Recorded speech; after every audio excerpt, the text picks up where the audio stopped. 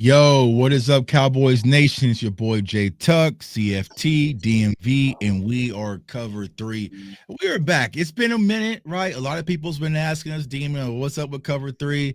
A lot of things have changed this football season, but we decided in the group chat, like, yo, we got a lot to talk about, man. So y'all know the flavor, man. Y'all know the deal. Go ahead, subscribe to their channels across the board, share the content, like the content, let everybody know that we are live because we about to dive into today, man. So DMV, I'm gonna kick things over to you, my dog. And let you kind of explain some things. There's a lot of questions I was getting asked out there at the game. I was like, bro, don't ask me, ask DMV. Yeah. So am I clear right now? Y'all can hear me good? Yeah, you good? Yeah, man. You all right, good. cool. Because I know sometimes this microphone, like you start the show, and then all of a sudden it be going out on me. So look, I appreciate you, Tuck, bro, because you're a real one. And I appreciate all of the real ones that really understand what I mean when I said, like, all right, I'm done with the fandom. I'm done with being the Cowboys fan and all that type of stuff. I thought that I pretty much made it clear, but I'm going to make it even more clear, right? And for the people that got something to say about it, you know what I'm saying? You don't got to ask Tuck. You could ask me. I tell you, I keep it straight up and funky with y'all, right? So for me, similar to y'all going to Tuck and asking him and gossiping to me to me that's part of the problem in the nation. Really, it's just so much drama. Folks want to keep the drama going. I want to talk football, and I don't just want to be known as a Cowboys fan. I want my word to mean something. Doesn't mean that I don't want to talk Cowboys. Doesn't mean that I don't want to hang with my brothers. Don't mean that I don't want to interact with Cowboy fans. It just means that I want to broaden my horizons and do bigger things. You know what I'm saying? Like, I see where Jerry Jones and his organization, they really gaslight the fans. And for me, something hit me that day. It just wasn't right with my spirit to where I realized that, I believe in God, and I feel like God's message is, hey, you can push a bigger message to football, but your bias being a fan, it might not mean your words might not be as strong. So now when I give opinions about the Cowboys, it's not me just being biased or wanting to be right about a player. Like, for example, I was wrong about Javonte Williams, and I'm putting out a film session after this to talk about it. But in actuality, really, I just want to be able to communicate without there being super fandom or big feelings or emotions. I just want to get rid of the emotions and just talk football. And that's pretty much it. You know what I'm saying? It's cut and dry. If anybody has a problem, my DMs are open. You know what I'm saying? I'm still interacting with people. I don't have a problem with nobody. So that's pretty much it. Yeah, bro, and I 1000% agree because I kind of echo those same sentiments. And see, well, a lot of people don't understand Cowboys Nation. We talked to y'all specifically because a lot of us, we came in this game, didn't know much, right? Just pure Cowboys fans, just talking about our team. But while doing this, a lot of things have changed. I mean, you guys have seen me. I've been in multiple Super Bowls, different things, right? So it's like, for me personally, when I announced my decision, and I was trying to explain to Cowboys fans as well, and a lot of people comprehend, right? It wasn't that I was never going to talk about the Cowboys, but you guys know, like, the draft that is my thing. Like, that's what I really love. I mean, I'm already probably in the second round of prospects now, keep it right. But it's like, that's what I love to do. But I always felt like I couldn't talk that on my channel because it wasn't Cowboy centric, or like my guy Quentin Johnston right now, who's turning the hell up in LA, is like, okay, I can't talk about that because it's not Cowboys. So I wanted to expand my horizons, and I think DMV is saying the same thing. Like, I'm always going to be a Cowboys fan. I was out there Sunday, y'all. Y'all see the videos. I was out there live and direct. You know what I'm saying? So I'm always going to be a Cowboys fan. I'm still going to do Cowboys content, just not solely only Cowboys stuff. So by doing that move, we gained a ton of subscribers on my channel personally, right? There's a lot of Packers fans came in, a lot of, you know what I'm saying? Who else did I do? I did Edwin Cooper, shit, I forgot, right? Some other fan. Buffalo Bill. But hey, Bill's Mafia, y'all helped me down like crazy on that Keon Coleman film. So it's like, that's what I want to get into. I just don't want to be known as Jay Tuck, the Cowboys guy. I want to be known as Jay Tuck, the football guy, whether that's college, because I do cover college football and all sorts of stuff. So it was for me expanding my horizons, but I always know where my home base is. You know what I'm saying? And honestly, let's keep it a buck, Cowboys Nation. This ain't difficult to do. You know what I'm saying? We really had a phone call a few hours ago, like, let's go live. And you know what I'm saying? It ain't that difficult. We've been quite some time. So it just is what it is, man. But you know, I think people want to clarify that. Because it wasn't that DMV quit and became a fan of another team or something. Oh yeah. I ain't rocking with nobody, bro. I'm just hey, look, I'm working on this RB1 film series right now, which this Javonte joint is super fire right now. Yeah. And I just want to be able to, like, look, we talk about the value of that position, and I just want to bring value to it. Like, and you know, in Dallas, that the value has gone away from that. You know, hell, I know Rome is excited for it. I know Rome is excited. You already know. Like, yeah. I know. I'm just chilling. I'm in the background. I ain't say nothing yet, but yeah, go ahead, you Rome. already know. I be having to temper myself with my excitement on certain things, especially when it's stuff I believed in. You know what I'm saying? I actually was out there campaigning for Miles Sanders. We'll talk about that. But this is the thing. They kept Javonte so under wraps. I didn't know what was happening. They ain't let him. Yeah. They barely talked about him in camp, like almost on purpose. And then they all of the media thing was like, I think Miles still got some burst to him. It was they never said nothing negative or good about Javonte. They just was like, yeah, he here.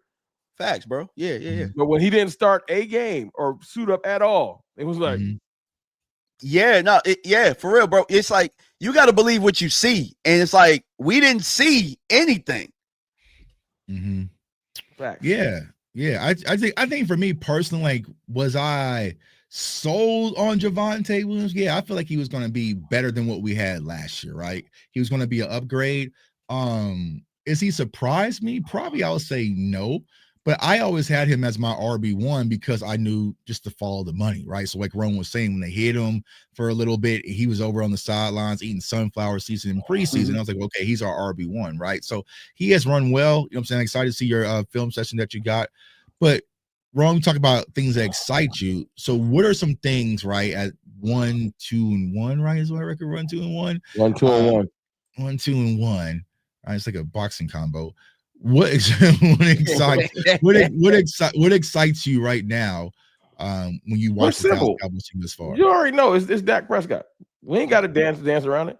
It's the thing I've been defending since I started this channel. You know what I'm saying? And I don't care. Like, you get all these, you're a Dak sexual, you're a Dak defender. You get all people want to be derogatory when they're wrong. Instead of giving you some type of factual evidence as to why they don't like Dak Prescott, they want to try to degrade you and disrespect you. Right. But I don't have to disrespect you back. I know on Sunday when you see him getting busy and he in his bag throwing fadeaway 50-yard passes and hitting Jalen Tolbert while leaning backwards, I know it burns you up inside because your ass a hater. So I don't really got to say nothing back to nobody. All I got to do is just step back and see, look, whenever you give my man some weapons, he go out there and handle his business. Yeah.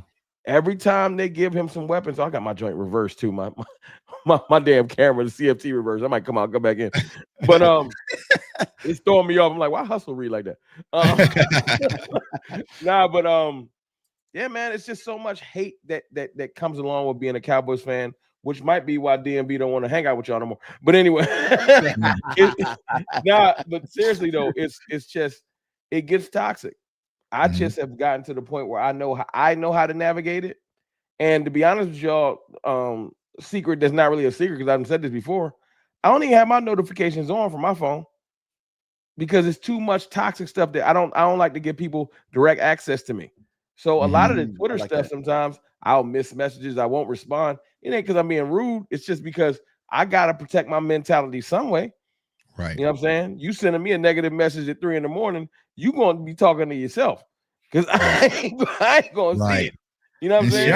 I need to take Rome's advice. You know what I'm saying? I need to take Rome's advice. But y'all know we've had this conversation. Can't leave the streets alone, bro. You ghost. That's what I'm saying, bro. I'm that athlete that became a pro athlete, making millions of dollars, bro. I'm still outside in the hood, just out front till 3 a.m. You know what I'm saying? Just I need to leave them toxic ass people alone. But I don't look. Lighthearted trolling is fun thing. when you verbally disrespect a person, that's the Right. stuff I can't get with. Lighthearted Right. trolling is like what I do to Eagles fans. I hit that bee's nest every day with a Right. baseball bat just Right. because Yeah. they always trolling us. We're Right. 1-2-1. We're third in our division. We should not be a topic of discussion for the person that's 4-0. Right. But ever since that game on Sunday night, every time I go on Twitter, all Eagles fans is doing is talking about us because you're nervous. Because you're like, Mhm. they How hung are with they the doing Packers it? like that. Y'all ain't talking about the Commanders at all. They the second Right. in the division. But the Right. thing is, you can see your fear. You're like, we like the Cowboys. I'll give us this. We might not be completely right, but we like it's October. This is apropos. We like Mhm. Michael Myers, bro. We like Jason. You be trying to get rid of us, and we might be dead, but we just sit up there like, Right. He's y'all still thought we alive. was dead after the Bears game. Like, oh, it's a wrap. And Right. then you see how we play the Packers, and you're like, this won't go away. Right. Nope, we still we still Right. around. With no CD Lamb, no Tyler Booker, no Cooper Beebe, Just- Micah Parsons on the other Hey, side of the field. Trayvon sometimes simple Diggs. is better. Sometimes Right. simple is better, bro. But see what hurts their spirit, because I had this. Look to the NFC East roundtable. Now, for those of you that know, every Tuesday at 5 p.m. Central, I do the NFC East roundtable. Got to pull up Cowboys Nation, but I be in there. I can take these Eagles fans and Commanders I be fans. getting drowned out in the comments, bro. I be trying. It's just too easy. It's just too easy, right? Because when they had the NFC East rankings, I had Dak Prescott #1, and all they was trolling. They was calling in. They was all on my Instagram. This and that, all it. But now they don't got nothing to say, right? And it's because of the reasons that I stated. Dak Prescott is the elder statesman in the NFC East. He's seen it all, y'all. Like my quarterback, and it's a gift and a curse. I will say this. Yeah, He bro. is offensive coordinator proof. It doesn't matter if it was Jason Garrett. It doesn't matter if it was Kellen Moore. It doesn't matter if it's Mike McCarthy. It doesn't matter if it's Brian Schottenheimer. Dak has really only in his career had one season where you're kind of like, and that was the interception year when he led the league. Besides that, Dak has They still was been winning. Yeah, they were still winning, and he's been the top in production because people don't understand. Everybody wants the loop-de-loops and the twirls and twirls, and he don't whip the name, he don't hit his nay in the end zone and all that fun shit, right? But when it comes down to playing the quarterback position, there are very few quarterbacks in the league that are playing the quarterback position like Dak Prescott. And I cannot dumb myself down for people who not understand how to go through pure progressions, how to make line changes, how to read the Mike linebacker, how to make adjustments, post-snap reads, pre-snap reads. That's too up here for a lot of those people. So it's just for me, bro. Anybody who knows the game of football can sit back and watch Sunday night. I was live in this play. That was a masterpiece against all odds. And can I tell y'all something about his quarterbacking? Because I've been one that has been critical. See, this is why now my words mean a lot more. I've been often critical of Dak. You ain't alone. A lot of people have been critical. I've been critical about this one thing, about him checking the runs, like playing hero ball. And you're going to see this in the film session with Javonte. There's one time in particular where I know the run you're talking about. Yeah. Where they were close to the goal line. They were at like the 15-yard line. Got like 12 or 13 off that joint? He checked like twice. You know what I'm saying? And then behind his back, he put like the arrows or whatever, like whatever way. And Javonte runs that zone to the right and almost scores. I was like, man, that's high level football right check, there, bro. That's high level football. Yeah, he's gotten so much better at that. And it's who's the quarterback that's on the speakeasy with Acho and them? I forget. Is it? Damn, I know. Chase Daniels, yeah. Chase Daniels, yeah. So he was the one who kind of pointed it out one time. Like that came to the line, he looked, he saw something like they were in man coverage or something like that. Then he changed it. Then they went to zone look, and then he went right back to. I think he checked to a run or something like that. Like Dak is really playing at a high level. Can I say something real quick? Yeah, go ahead. I just want to say this to echo you guys' points with Dak, and people that don't like it, y'all can get off stream. Right. Like seriously, I'm about to say something disrespectful. Y'all got to realize this is what Dak looks like with bare minimum weapons. This is not what you see in Philly. Mm-hmm. You know what I'm saying? And Philly fans, you can take it how you want to. But this man got just George Pickens. He got the shell of Jake Ferguson. We still waiting to see him come back to what we thought he would be. We got a touchdown. We got a running back, although having a great season, the league threw him away. Yeah. Even Cowboys fans threw him away because y'all wanted to stop. I mean, they threw him away. I'm gonna ask the question, Ron. They Jadon Blue. It's supposed to be Jadon Blue and Phil Moffitt season. Right. The Cowboys fans threw him away. They overlooked Javonte Williams. My point is, yeah, you're right. And I'm watching him go out there and have a master's class. That's why I'm excited about it, because I know the circumstances. There was no CD, and everybody said, well, he can't play without CD. I also remember when he couldn't play without Dez. I remember when he couldn't play without Amari, and you're starting to realize there's a theme. You got to give it up, because at some point, all the credit you've been giving these other guys when they got perfect situations. Sorry, the Invisalign is winning. You're starting to realize that when the situation ain't perfect, it look different. Look at what right now, Lamar woke up in Dak's world. Like, yo, my defense is that bad. Welcome to what Dak Prescott been dealing with for most of his career, where the defense can't stop a nosebleed. You know what I'm saying? And then when the defense gets good, they pull way back on the offensive weapons. But that's another story for another day. My point is, when it's perfect, do y'all understand what it would look like if they just threw money at it? Because I'm watching them make water out of wine. I'm trying not to curse. like, you know what I'm saying? He out there. I kind of disagree though, Ron. I kind of disagree. I think they have weapons. I think it just kind of aligned a certain way. Like, I think he needed an X this whole time. You know what I'm saying? Like, and I kind of that's my point. That's my point. Yeah. Like, other teams would turn every stone. You wouldn't have been like, let's see if we can do it without X. Let's see if we can do it with a cheap running back. Most teams would just be like, get him the best running back, get him his X receiver, get him a 2, get him a good offensive line. Let's roll. We're still paying Michael Gallup $8 million this year, by the way. Yeah. The only team out there that tries to do what Dallas does is Cincinnati, which is apropos because you see Joe Burrow out there running for his life, and you're like, y'all gonna try to get this man anything else besides just receiver help? You feel me? Right. So it's just like, I think Dallas, I'll give the Dallas front office this. This is the only little bit of credit I'll give them. You know what I'm saying? A couple of their cheap moves this year are actually working. But it's just, the thing is, it's a lot of hope behind it. It's not that the cheap moves don't work. Sometimes they hit and sometimes they don't. When you spend the money, it's definitive. It's like buying a used car. On offense. You might get a used car that run for 8 years. Right.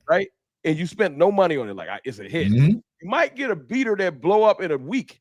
You never know. Or you could just go buy that new car off the lot. That joint gonna run for 12 years because you know what you're paying for.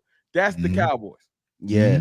Yeah, 1000%, man. And I think that's the problem, right? A lot of people see the results, but they don't see the habits that lead up to the results, right? They don't see the minor details that leads up to the results. So that's why I kind of do my film session. DMV kind of did the same thing, right? You show every little footstep, right? Whether it's, like, because that matters, right? So a lot of people, when they watch the quarterback position, they just see the throw. Now, I'm gonna give you guys a nugget, Cowboys things, because we all family. When y'all watching NFL football, college football, you shouldn't even be watching the ball in the first place, right? You should be watching like the offensive line or even the wide receivers. That's going to open up your spectrum when it comes to the game, right? But it's a reason why people kind of get this side eye at me when I say Aaron Rodgers is still one of my top 5 quarterbacks in the league, because I know I could take Aaron Rodgers right now and dump him in any offense, and he's going to be able, no, we're not running that. We're going to check out of that. Oh, shit, this safety's playing a cover 3. Oh, it's a match over here. All right, so you're going to run us like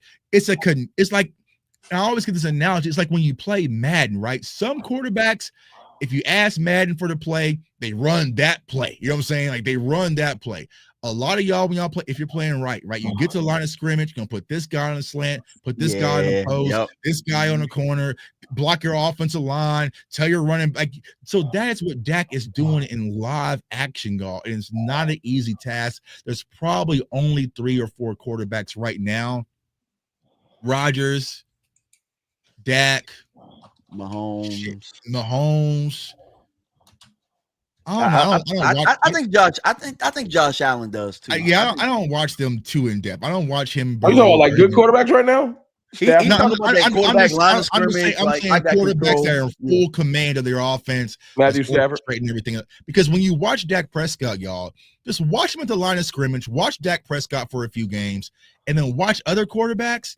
They're not as active at the line of scrimmage, right? No. And I remember, like I said, I asked Kurt Warner this on Twitter. It's like, there's only been a few quarterbacks that get that leisure. Aaron Rodgers had it, Drew Brees had it, Peyton Manning, Tom Brady, and Dak Prescott. You can earn it. So it's like, there's levels to it. There's levels to it. There's a cerebral level to it. And Dak is playing at an all-time high right now. Now, we'll talk about this. Should that be the case? Because, Ron, we talked about this on Twitter, right? He shouldn't have to carry every game. But if I need him to do it, I know he's at that game on Sunday, and I had a few, you know what I'm saying? These Cowboys readers, right? I was comfortable as hell. When we got the ball, like, oh, Dak's going to drive down the field and at least get in field goal range. Like, that's the type of mindset I have with my quarterback now. He's but there's this elder statesman. To your point, this like, because ain't nobody perfect. And this is where people, they seem, their ears always seem to get clogged when I talk about Dak and I throw some negativity out there. They're like, oh, you'll never be negative. So pay attention. Hit your record on your phone. Right. Dak Prescott's problem is his confidence is supremely up there, especially in games he started to click. Mm-hmm. There are moments, like with every quarterback, where it ain't clicking. Mm-hmm. And other teams will make sure, okay, the moment has arrived where it's not clicking. This is my counterpunch. The Cowboys always just be like, no, the counterpunch is still some Dak. Mm-hmm. So like, where there's games where you're like, yo, it ain't rolling right. We need to settle down. We need to run the ball 8 times straight just to settle everybody down. Yeah. Take the nervousness out of the next throw. I don't even care if we get a first. We just gonna run the ball and give everybody kind of a reprieve, let the defense rest a little bit. We haven't had that. You know what I'm saying? So, like in the playoff game with the Packers, that's the one that always kind of comes to mind. When we came out there looking flustered that first drive, we should have had a counterpunch. But it's not just because of the coach. It's because of the culture. Jerry is already beating his chest. Look at my quarterback. Look at who I paid as we speak. And that creates when the rubber meets the road is like, well, I paid you, didn't I? And sometimes in strategy, that's stupid.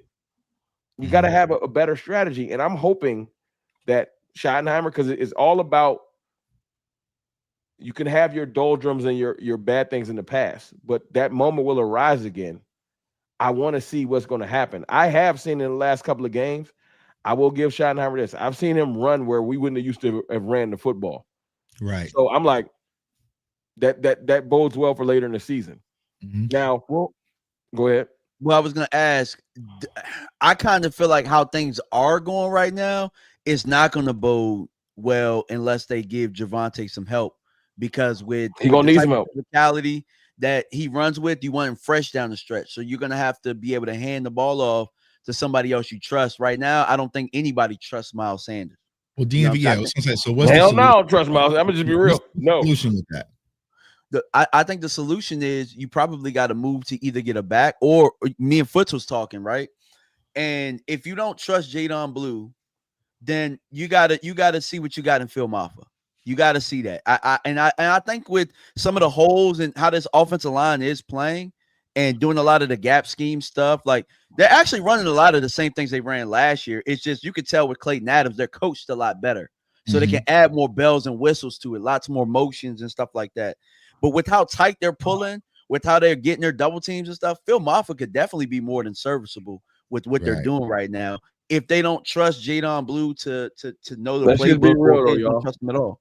Let's speak as the Dallas veteran connoisseurs that we are.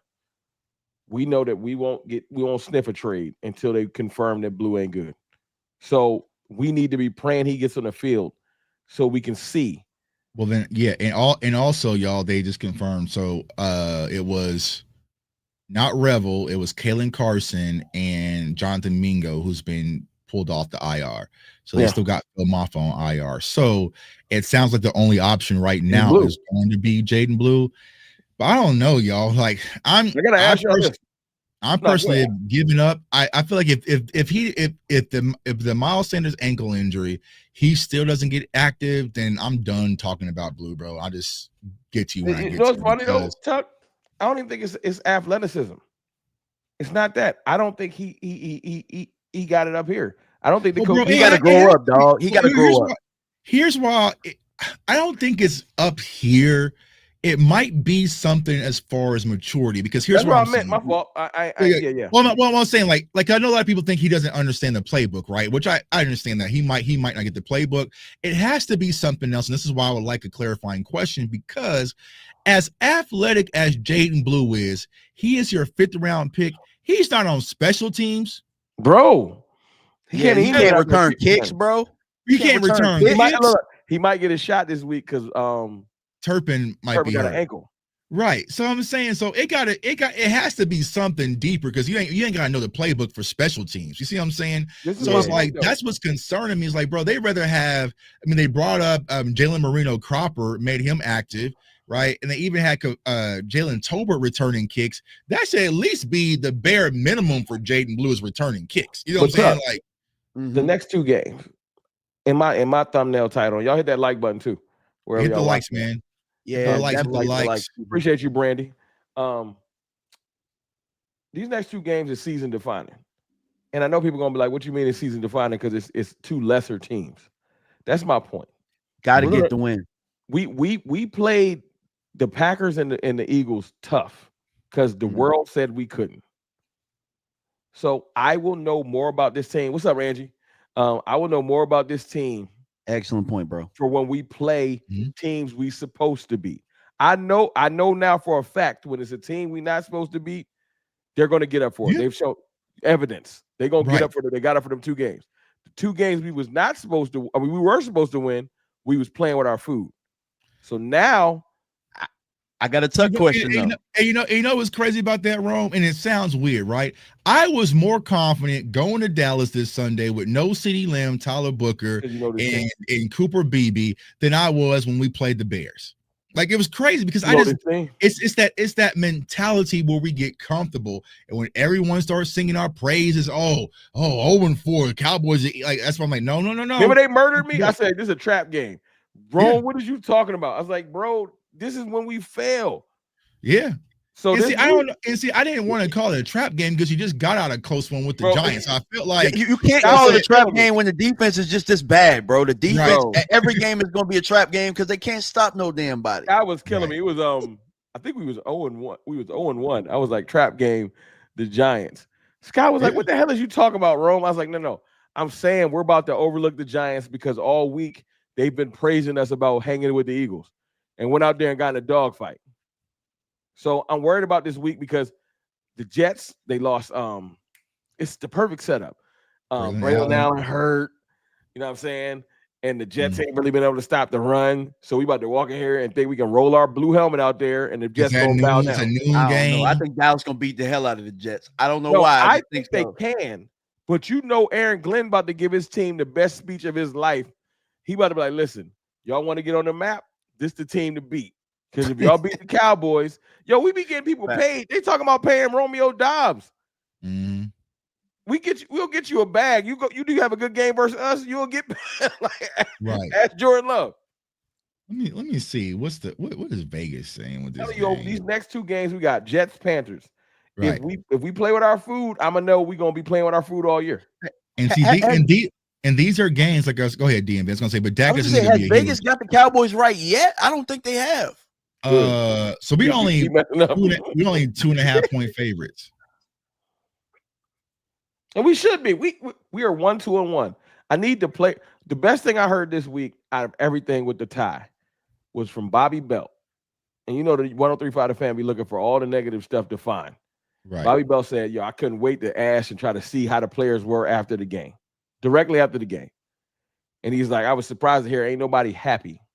Mm-hmm. Because if they was walking around like, we tied, we would have been in a world of trouble. Bro, for so when they really wanted that one, dog. They really wanted that one. It was the most awkward football experience I ever been through in my life. Where we was banging, screaming, yelling, they screaming, go Pack, go, we go. You know what I'm saying? We're going crazy. And after a game, it's kind of just like we didn't know what to do. Bro, I could have lived. I know you can't tie in the playoffs, but if the playoff game was like that, I would have been able to hold my head high. Like they ain't embarrassed me. It was the way we looked in that game, bro. It was just like it was like quiet. Like everyone just left the stadium. Like it was the Packers fans do? I think the owners tinker too much with the rules, bro, because I think that the way the rules are now, you're going to get more ties, actually, the way that it is. The old way that it used to be where first score wins, like, you hardly got any ties. Like, now, like, I mean, both teams get the ball, like, all because Josh Allen, like, all because KC went down and kicked the field goal and Josh Allen. You know why we tied too, right? You know why we tied? Somebody made a great point this week. They said Packers mismanaged the clock, but it was because they was afraid of Aubrey because they know that motherfucker probably hit a 70. So they was afraid. And I guess there was reports that Jordan Love thought he was going to get some extra time, so that's why he threw the pass on. Yeah, I heard somebody say that. I didn't confirm it, right? Trying to bleed the clock. Bro, what was the extra time that you think he was going to get? So you thought you get a full another quarter, right? And I ain't gonna lie, Jordan Love, I've done the same thing on Madden. You know what I'm saying? I was like, oh, okay. You know what I'm saying? Like, I got, you know what I'm saying? I'm just going. You ain't hear GP said it. Pickett said, yo, I ain't even know he was about to right. die. Yeah. I believe him too. Yeah, because I done the same thing. Like, okay, I get the ball back, but time is ticking. It don't matter. Like, I was let the clock run out, and then I'll get an extra minute. They're like, nope. But it goes by real rules. You know what I'm saying? So I lost. I got a good question for y'all though. This is about that game, but it's a sidebar. Last play of the game. You go back and look, and I ain't looked at the all 22 for somebody correct me, but I've heard last play of the game, the two safeties on the field was Wanye and Marquise Bell. So I know Wanye was out there because of Malik, but they said Marquise Bell was on that play and that's important. That game is honestly, that team should have rolled. The team should have rolled with them 2 years ago. I'm wondering. What we know, DMV. I'm trying to be hype about going forward. Yeah. They gotta move forward with that. It's the check, bro. You know the Jones family. It's the check. If I paid you, you gonna play you. Only way you getting out that field is when you get hurt. So when Malik went down, we finally got to see Wanye. Yeah, I was gonna say, like, when y'all said that the Chief move so far had worked, it's worked on offense because DAK is playing at such a high level. No, just some of them. Like, it's every once in a while. Like, I can't. Clowney don't count. He only played 20 snaps. He did affect that game though. I'll give him that. The 20 snaps were very effective. But yeah, go ahead. He's gonna be fine. He know how to play. I'm really disappointed in Dante Fowler. I don't know what's going on with him. Dog, Sanborn should be changed. Sanborn is Sanborn, like feet in sand. Sanborn is big dookie. He's zoo doo doo. It's bad. Like I'll try my best to lean positive. He looked like he running in quicksand. Bro, he's quicksand. I'm sure he's processing good. He like, I should go over there. And this body like, sorry, player. You ain't gonna be able to no, it was Wanye and Donovan. Wanye, Donovan, Bland, Sanborn. So Bell wasn't on the field. See, people be lying. That's why I had to put that disclaimer before I could confirm it. Yeah, I'm looking at it right now. So I wanted to see if Bell. Maybe that's not the last play. Well, it had to have been the last play. That's the last play. If I'm being 100 on the field, if it wasn't for them too, and then Maris making that big hit, everybody wants that game. That game is a blowout.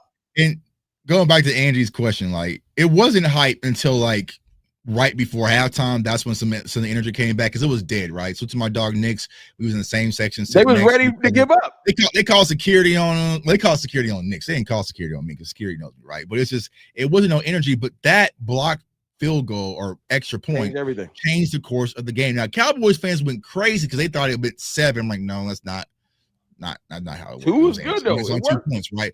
But it just changed the energy, right? It changed the energy, the flow of the game. And sometimes that's what you need, right? That's what you need. And so that's why I've been kind of explaining why, if I'm Eberflus, we'll talk about the defense here in a minute, you need to kind of go with some young, energetic guys, y'all, because Sanborn isn't it. And Cowboys Nation, I tried this offseason to kind of tell y'all that wasn't it, you know what I'm saying? But there was so much Kool-Aid cups going around. Everybody was drunk, partying, saying Luke Kuechly. Only way y'all getting Sanborn on that field is when Demo come back. Bro, I can't. We will not last with Sanborn out there all the way until Thanksgiving. Because people ain't even started exploiting them yet. They doing it on accident. Yeah, well, yeah, he's missing tackles. I mean, of course, he leads us in tackles, right? But he's just not. I mean, the Ravens just called Eric Kendricks. He said, "No, I'm not going to the practice squad." I mean, I don't know, bro. It would be all hands on deck. Nah. Say we didn't know he was that slow. Yes, bro, he was that slow in Chicago. I didn't know. Jack Sanborn is doing absolutely nothing new in his career, bro. Like he's literally doing nothing new. This is who he was in Chicago. But the reason why Jack Sanborn fooled people is He one. studies probably really hard. He probably know the defense in and out. He looks like a linebacker. He Rudy. looks the part. He Rudy. Big neck, everything, right? So Rudy. he looks like an NFL linebacker, but he just doesn't. He doesn't have it. But he Rudy. It's all good. Hey, bro, that's the funniest thing ever. He's Rudy for real. Rudy was getting his ass whooped in practice. That's Sanborn in the game. Bro, this is my thing. Like, to go back to Tuck's point with bringing energy. You know what I'm saying? That when you play these teams like this week, you have to do something to stomp out the energy. Like Green Bay was about to break us, right? The energy would have been gone. That 14-0, it would have been gone. It was that one play changed the energy. And then that George Pickens catch, you know what changed the offensive energy? They said, oh, we know he can do that, but you got to see it because it hadn't clicked all year. All the deep passes. So when he caught that, the rest of the offense said, oh, we got one of those still? I thought one of those was and one. That was a dunk and one right there. The crowd went crazy. Like, bro. I was calling out from the stand, like, bro, we got 1-on-1 with Pickens. We got 1-on-1 with Dak. It was 1-on-2, bro. With that safety. No, but later in the game, you can see the corner look scared. Like when you could see it probably in the stadium. They zoom in on the joint. It's like, you can't cover this man no more. And my thing is this. I needed some things happen for a reason. I needed this confidence to happen because CD gonna come back and be CD. But now with the definitive, Pickens can do that, it's going to change the way people defend him going forward. I think they was kind of playing him a little too light. Now, I need this week, I need us to go out there and establish dominance versus the Jets. Like, that's why I said the season defining. Some people get mad at my statement titles because it sounds like, what are you saying? I know exactly what I mean. If we go out there and handle business versus the Jets, it'll give me a lot more confidence going forward. If we go out there and play with our food, I'm gonna know that we just not gonna be there this year. So we should see Joe Milton the next 2 weeks. You right. That's a fact. Handle our business and let Joe Milton come in and get some snaps. You see Joe Milton throw old boy's head. Joe Milton trying to kill that dude. He gotta relax. I thought it was AI, bro. They like, no, that's real talk. Like, no, I ain't playing catch. But all right, full strength. Joe Milton got an arm. Bro, Bazooka Joe, dog. He don't miss, man. Hey, so I gotta ask you something. Go ahead. What's up?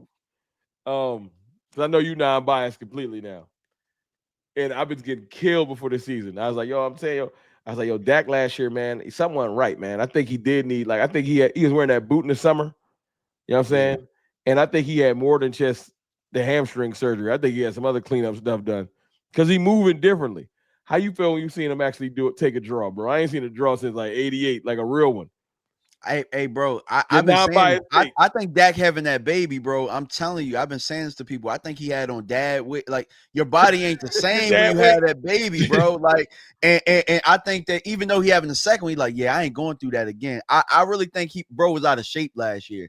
I think he made it a point to get his body in shape. I don't think he was right the whole, I think he just refused to admit something was wrong because he was trying to get that contract. Because ain't nobody wearing no walking boot off the humble. Yeah, for sure. He wore it 2 years prior. For real? Yeah. I don't know what happened, but I tell you that right now, his confidence, he got the Uncle Rico mustache and the goatee. He looking different. Hey, that mustache funny as hell, bro. You gotta think about this wrong.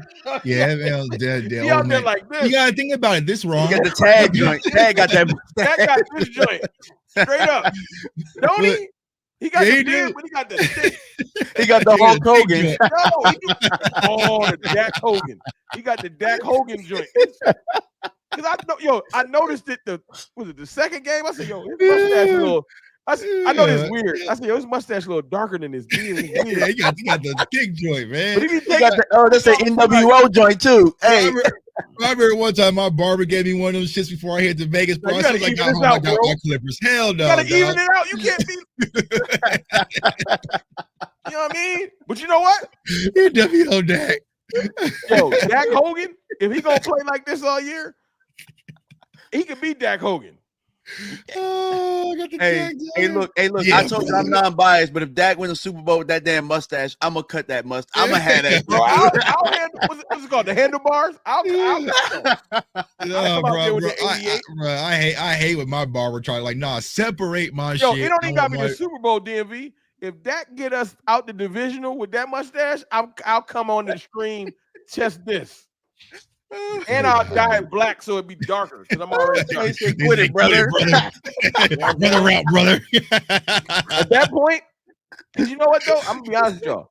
The confidence, and I don't know if it's because of Shoddy. I don't know what's making him move confident, but he is playing with a lot more confidence. Like I watched the sounds from the sideline, trying to watch nuance, and at no point did he look rattled.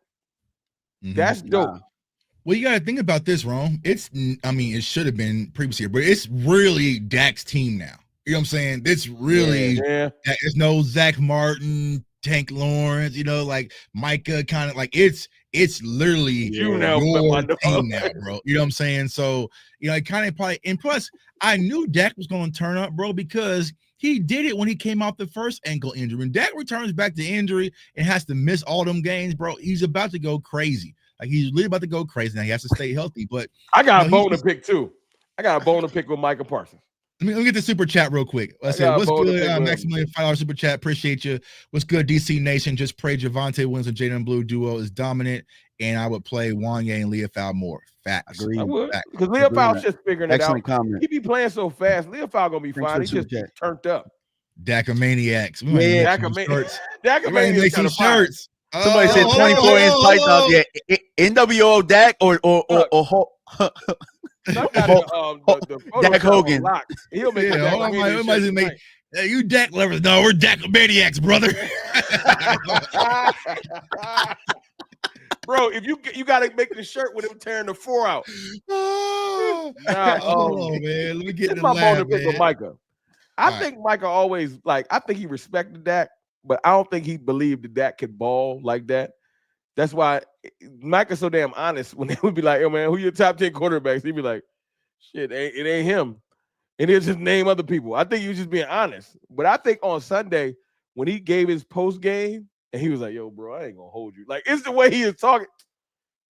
I ain't never seen him play like that. I think he wanted to say that. Like, he was that fadeaway 50-yard pass, dog, was probably the best. Like, you see that picture of him looking at Dak like, yo, where was that shit when I was there?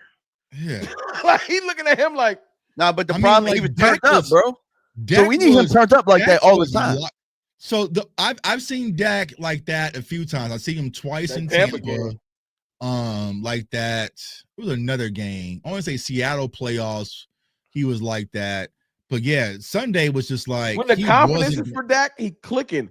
But when he get, it's like when he get, I don't know, maybe it's Fred Warner. Because when he see Fred, he be like, yeah. But also when you think about the 49ers, bro, like they be bagging our wide receivers up. You know what I'm saying? Like, yeah, I was gonna say Pickens, man. Pickens, for some odd reason, like they just have this chemistry there. And I think that he was able to get layups to Pickens that it's typically hard for him to get to CD, where CD's moving around. But Pickens is that X, and it's just like, all right, bro. Like what we envision, tight windows, big body, long arms. Like what we envision, though, DMV. Could you genuinely, after watching that the other day, what we've talked about all summer, you got to apply it.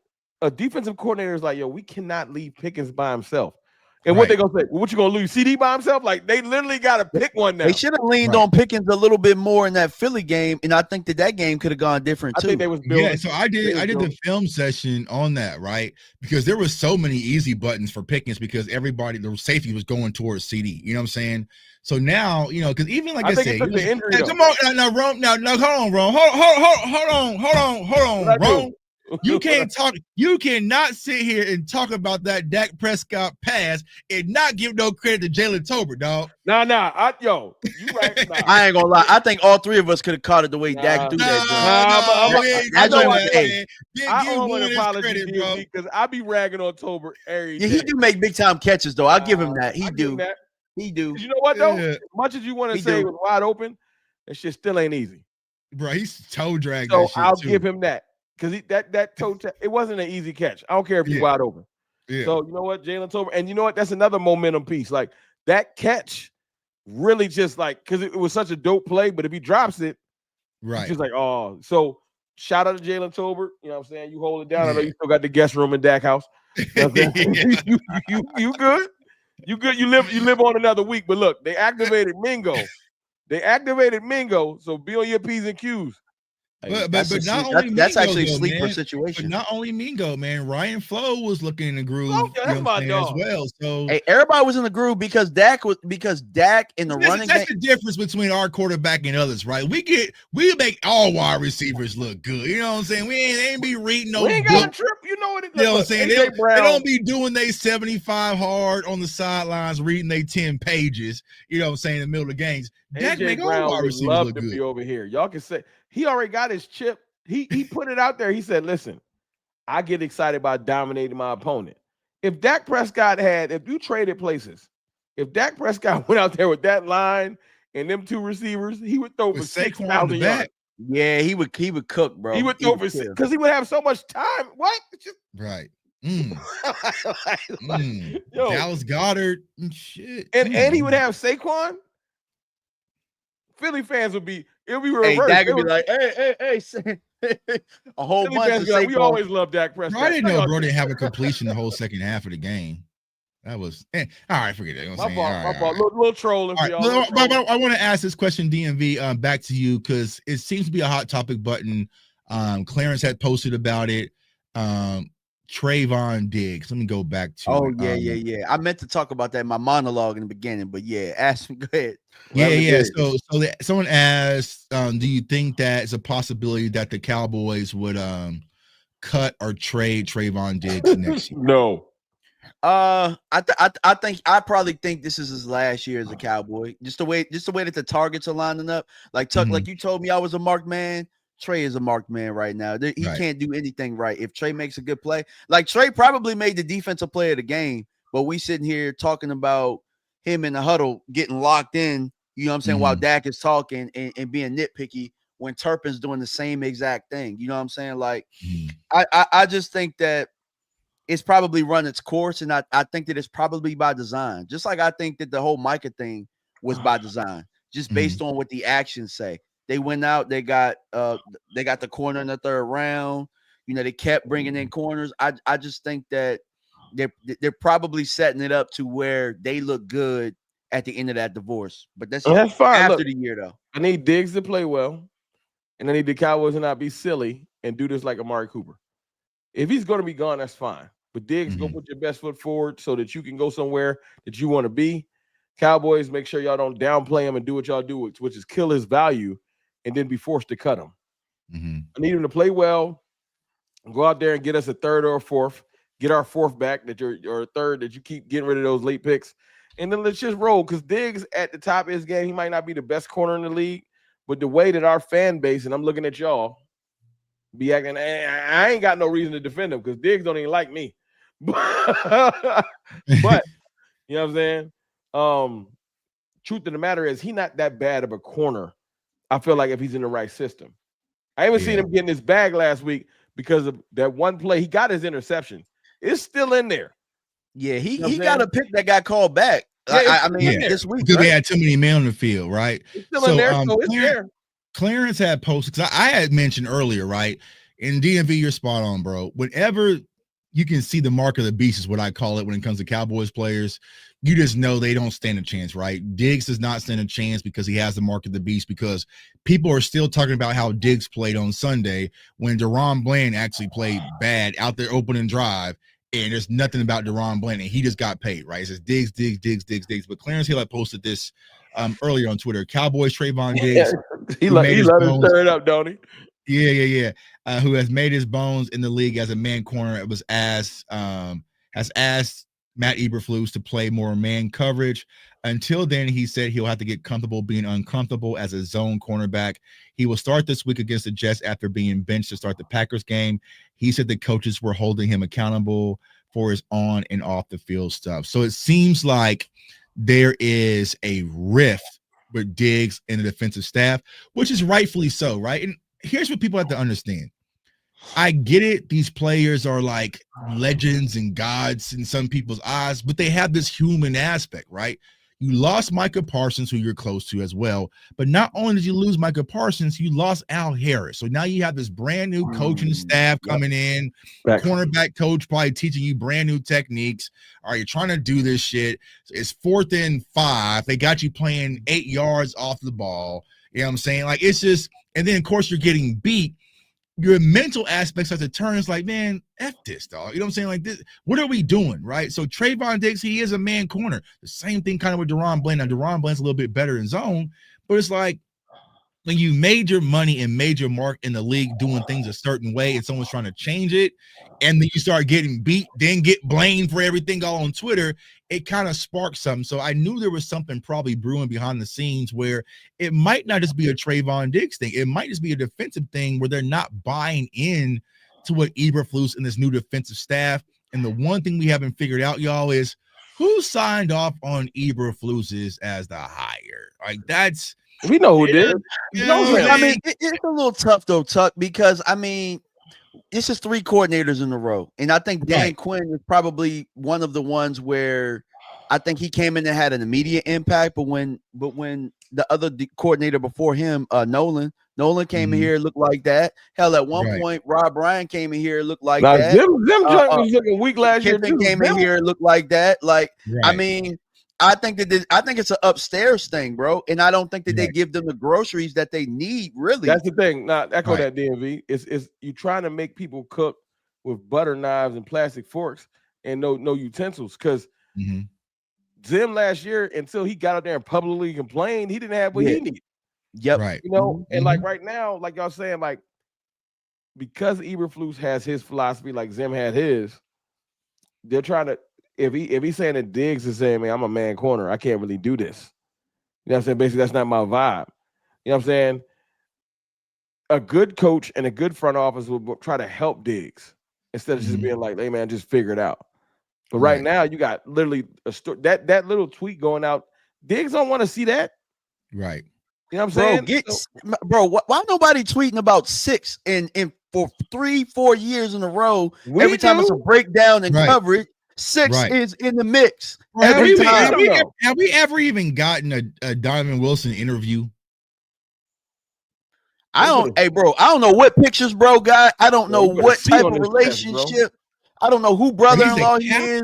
They put a C on his chest. I don't understand it, bro. I just don't. But hey, they know he buns. It's certain players I don't even mind disrespecting. Donovan Wilson been bad so long, he might just get it back in blood. I don't care. You trash. And so if you hear it, it is what it is. Play better. That's who need to block Rome. Hey, Trey, take the block off of Rome. Hey, Donald. Trey Diggs forever. Yeah. Yeah. So it's like, yeah, bro. I just think that, it's and you're right, Rome. It's like sometimes you as a defensive coordinator or offensive coordinator, you have to match your personnel. Like, you got to know the ingredients that you have, right? Or say, okay, he doesn't play zone the way that I need. I need to go get me a guy that does play zone the way that I need. But it's just like, it's a competitive thing, right? A lot of corners, depending on your confidence level, wants that matchup, right? You want to go man-to-man, mano-a-mano, especially with the game on the line, you know what I'm saying? But it's like, it's 4th down, and you're backed up 8 yards, 9 yards, because I did this study the other day about the Chicago game because everyone was like, Trayvon played bad. Besides the press slip, there wasn't nothing there. Bro, everybody can't be the Eagles. Everybody can't be the Eagles corner playing just zone, and then like when they got to keep it simple because the safeties are not playing well and the linebackers aren't playing well, so they got to try and keep everything in front of them. I think that's what they're trying to do. They're simple because the problem with that is, y'all, when you don't get pressure up front and you're playing zone, it doesn't match. So if you're going to play zone, you need to get pressure. If you're going to play man, then sometimes you can get pressure just based off of the back end, right? But it's like, if I'm going to give you time in the pocket and all this space and time to throw, we got to eat that up. That's why Caleb Williams looks so comfortable. They say Eberflus' system is vision-based mainly.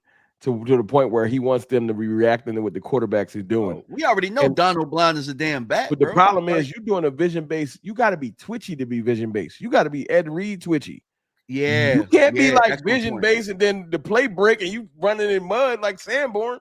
Right. You got Sanborn and Dono in the middle Yeah, of the field. they They not even tell attacking them. Dallas outside the hashes. They attacking inside the hashes. Actually, let's do this real quick. I'm gonna pull it up. Y'all keep going. I'm gonna pull it up. I'm gonna cue it up. I want to see what happened on that fourth down. I don't know. Somebody mad. Don't tell Rome to shut up. What? Don't tell. Did they mean to say Dono? Dono telling you to shut up? I don't know. People be angry. Yeah. Yeah, but it's just like, man, I don't understand it. So it's like, yeah, you're gonna have to match what these players do best, right? It's now maybe maybe we get lucky. Game. Maybe Carson, who's a horrible man corner, maybe Kalen Carson a good zone corner. I don't know. Bro, if them the reinforcements that we getting back, you know what I'm saying? It's only one reinforcement. Here's the crazy part, right? You bench Trayvon Diggs, bro. He had 53 snaps. So he just didn't get it. That was a public. That was just for public. Yeah. Bro, it was exactly what we talked about. He's a marked man, so we gotta. That's another strike. This is a strike. That's a strike. Like whoever thought to like, hey, let's look at his body language outside of this huddle. Well, he locked in. Whoever thought that was cool? Like I'm just like, bro. Who like, made him mad? Who's he? Who is it? The front office? Is it the D's nuts thing? Like, are we still mad about that? I don't know. I thought him and dude made up. Like, but get him off the team. I mean, I don't want him to leave because I think he still can play. But yeah, don't be just. I hate when you stubborn for the sake of being stubborn. You know what I'm saying? Like, if something ain't working, that's the Cowboys' biggest problem. When certain things don't work, they just stick to it. Like Mozzie probably should be gone. But they just like, nah, it's gonna work. It's like I don't want to blame him because he done been through 3 different coordinators. I don't want to blame Trey either. Made him lose weight. Somebody made him put weight on. Somebody made him lose weight again. Somebody said you playing a 1 technique. No, you playing a 3 technique. Like, goddamn, bro, what the fuck am I doing? Sorry, my bad, yo. That's real though. This is what 4th and 6. God, dog, look how far off they are. 4th and 6. I mean, that's just a base defense. Look at that. Jesus Christ. All right. Boom. Like, now go back. Whose responsibility is that? Hold on. Let's take a look. So goes Do in we motion. not have a nickel on the field? So you have Wanye, Dono, Sanborn, of course. Bad personnel. Murray. We got 3 linebackers. I think this is Maris, Blaine. Okay. So we have 3 linebackers. So we're in and 3 receivers. That's bad personnel. We're not matching personnel. You getting beat because you don't got the right personnel. My issue is how vanilla the look is. You 59 not like, covering no receiver. They are doing exactly what it is that they're showing. Like that catch is made because 59, so he's supposed to be afraid he's gonna get beat deep. I mean, I kind of think that's where the hole is in the zone, personally. I mean, look at how they're lined up. It's really just a shell of what they're doing. No, nothing's complex. It's just. Are we not running no nickel corner at all? We're ready yet. Yeah, there's no nickel out there. Technically it's 3 linebackers, so it's running a 4-3. Of course that catch is made. So you got, who is that? Is that Matthew Golden? I think that's Matthew Golden. I remember he made the catch. Matthew Golden versus Kenneth Murray. Okay, I'm taking that matchup every day. Every day. Yeah. Yeah. And so let's look at that from that standpoint, right? All right. So let's look at it from the zone. All right, we probably have to cut this part out of the show, but it's all good. I'm saying I want to get to the bottom. No, they coming through. Look at the pass rush. Look at that pocket. Look at that pocket, y'all. Look at that pocket. That pocket is goofy. There's nobody getting any pressure.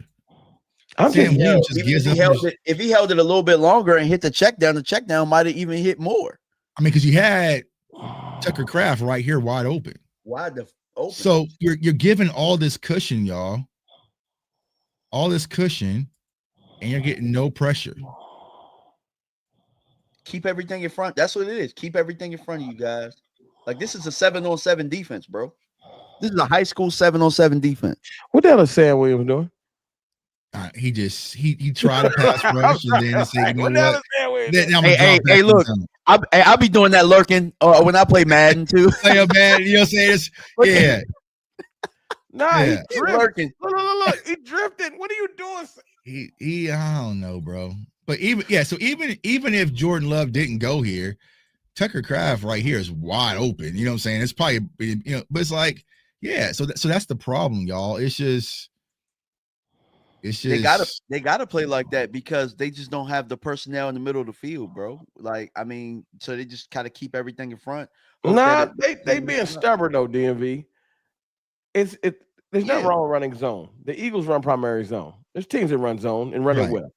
It's not that. It's the fact that you don't want to match personnel. You're afraid to do substitutions. Right. You can get caught out of. You can get caught out of. That should have been a play where you had Marquise Bell down there playing big nickel. Yeah, at bare minimum. Right, because it was 4th and 6. That was the overtime. But you know damn well if you got 3 linebackers on the field and they got trips. Right. I'm about to say linebackers that haven't shown that they're good in coverage at all. Right, Yeah, they're not coverage guys. They had Shamar James out there. So wait, no. So they had Shamar James. Yeah, Shamar's in the middle. Kenneth Murray and Kenneth was playing with the Will Maris. Yeah, so no, he had Shamar playing the Will, Murray's playing the mic, and then Murray's okay. Is the way it was lined up. Yeah. So, but yeah. Well, I mean, all right. Look, at least Sanborn went on the field. Right. Yeah, I mean, when your standards get low. Hey, I wonder if Dak like grabbed him by the back of the neck, like, bro, you out here come sit by me. You know what I'm saying? Hey, you know what I'm saying? We used to do something sneaky in high school. We used to hide people's helmets. We didn't want to go on. I need our defense to bare minimum get to. I ain't gonna even say. Can we get to like above 32nd?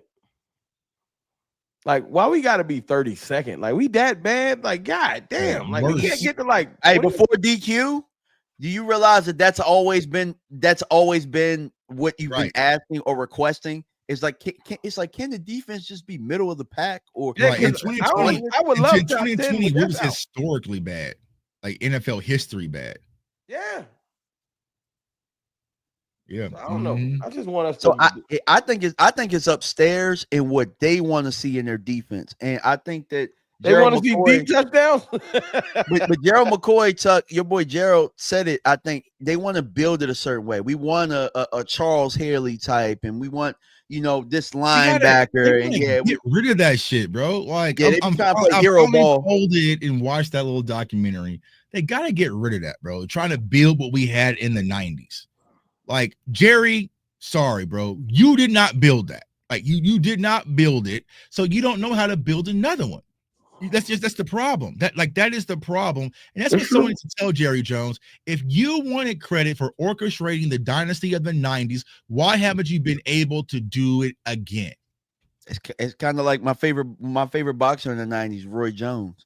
Like, you still fighting, dog? You out here, you got knocked out 9 times. Like what we doing here, bro? Like, I mean, that's essentially what it is. I think that, like, Roy got caught with Balco, so then he's trying to prove to himself that it wasn't that. And I think with Jerry, he's trying to prove that it wasn't just Jimmy. You know what I'm saying? But everybody knows it. Right. So how y'all feel? Teams in the 90s had accountability. Facts. How y'all feel about let's because I know I might not talk to y'all, like might not do a cover 3 until after this game. We're gonna zero on the Jets. We ain't good enough to be talking 2 teams in a row. So the Panthers are safe. Right. Let's talk about the Jets. Mm-hmm. I know DMV already said he feels like we should dominate, but realistically, how do y'all see this game going this week? Because I really do feel like this game is important as hell, and I know everybody's gonna be like, but it's the Jets, and I'm a firm believer, I don't care how much Kool-Aid I drink. We're 1-2-1. And until that 1-2-1 look like 5-2-1 or something like that, we all need to pump our brakes until they can prove to us that they can beat a team like the Jets. Because we haven't had a dominant win yet this year. Right. We got 1 win. But you feel me? You feel what I'm saying? Like, I want a dominant performance versus a team I feel like when you stack up, even without CD out there, we should be able to handle them up. They got a poor run defense. Braylon Allen just went out, and their biggest weapon is going to be the quarterback scramble. Eberflus, quarterback scramble. Yeah. I kind of feel like really it's the quarterbacks that need confidence that can sit in the pocket and throw. I don't know that I see Justin Fields sitting in the pocket, even though he needs that type of confidence. He's showing that he's a better quarterback. I just don't see him doing what Russ did, doing what Caleb Williams did, like the traditional type guys. And I mean, I just think Dak, the way that Dak's playing, if Dak can continue what he's been doing, I think he's just going to quarterback them to victory. And whether that means handing the ball off or Dak's been that good. So I just don't see that the Jets. You know how football is such a game of confidence. Like yeah, even a player that's playing bad, if he has a game or two where it's good, he'll even approach different situations differently. I need our defense to have 2 good games.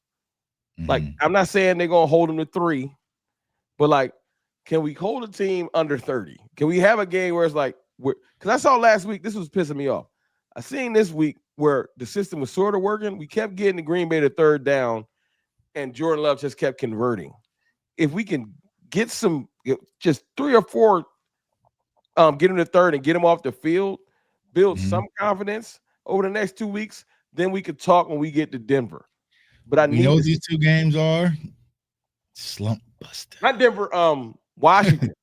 Yeah, these 2 games need to be slump busters for our defense. We need something. We need something. That's actually why I thought the Green Bay game was a must win, because I think if you win that Green Bay game and then you come in here and win those 2 games, I think you're on pace to,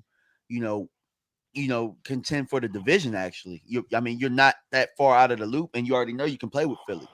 You know what I'm saying? It's only a matter of time before Philly drops a game or 2 or 3, because Philadelphia has been getting by the skin of their teeth. I mean, they be. Never mind. I ain't gonna go down that route. I mean, there's an art to it, but at some point, you're gonna hit it. You're gonna hit it. Like, they're in a slump, but at some point, like, the ball's winning games on block field goals. I'll be like, y'all all right now. They blessed and highly favored, dog. That's what I'm saying. I ain't gonna get into them, but hey, Lori got. Never mind. They just blessed right now. Big leg drops. That. Hey, but see, and just like Cowboys fan Mayfield just said, right?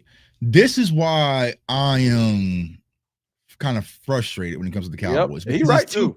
It's too predictable that we get up for the big marquee matchups, the pay-per-view events, but when it's time to just handle business, we just don't do it. Oh, you know what I'm saying? You lose to the Jets, the season is over, bro. That's my point. That's why when I say season defining, if we lose to the Jets, I don't care if we beat the Panthers. I'm not gonna care, because I'm be like, yeah, we not ready. Right. Like, and see, that's why me personally, I don't like the win is a win moniker. I hate when fans kind of say that, right? Because a win is a win when you're playing higher quality opponents. When you're playing low quality opponents, you shouldn't be like, okay, we struggle versus the Jets, and let's say we go into a double overtime victory versus the Jets, y'all. It's just gonna be and here's the scary part about the Jets. I think someone just posted, right? They got nothing to lose. They got nothing to lose right now. We should be hungry. Neither does Dallas, though. Dallas don't got nothing to lose either. They do have something to lose. I mean, they do, but it's a wrap. It's a wrap. But Freddie Vids, we should be desperate and hungry. We won 2-1. That's kind of where I'm getting at. They should. I kind of feel like Dallas got to be desperate and hungry, because they know they should have won that game. But see, the mindset the Cowboys have, this is partially our owner, right?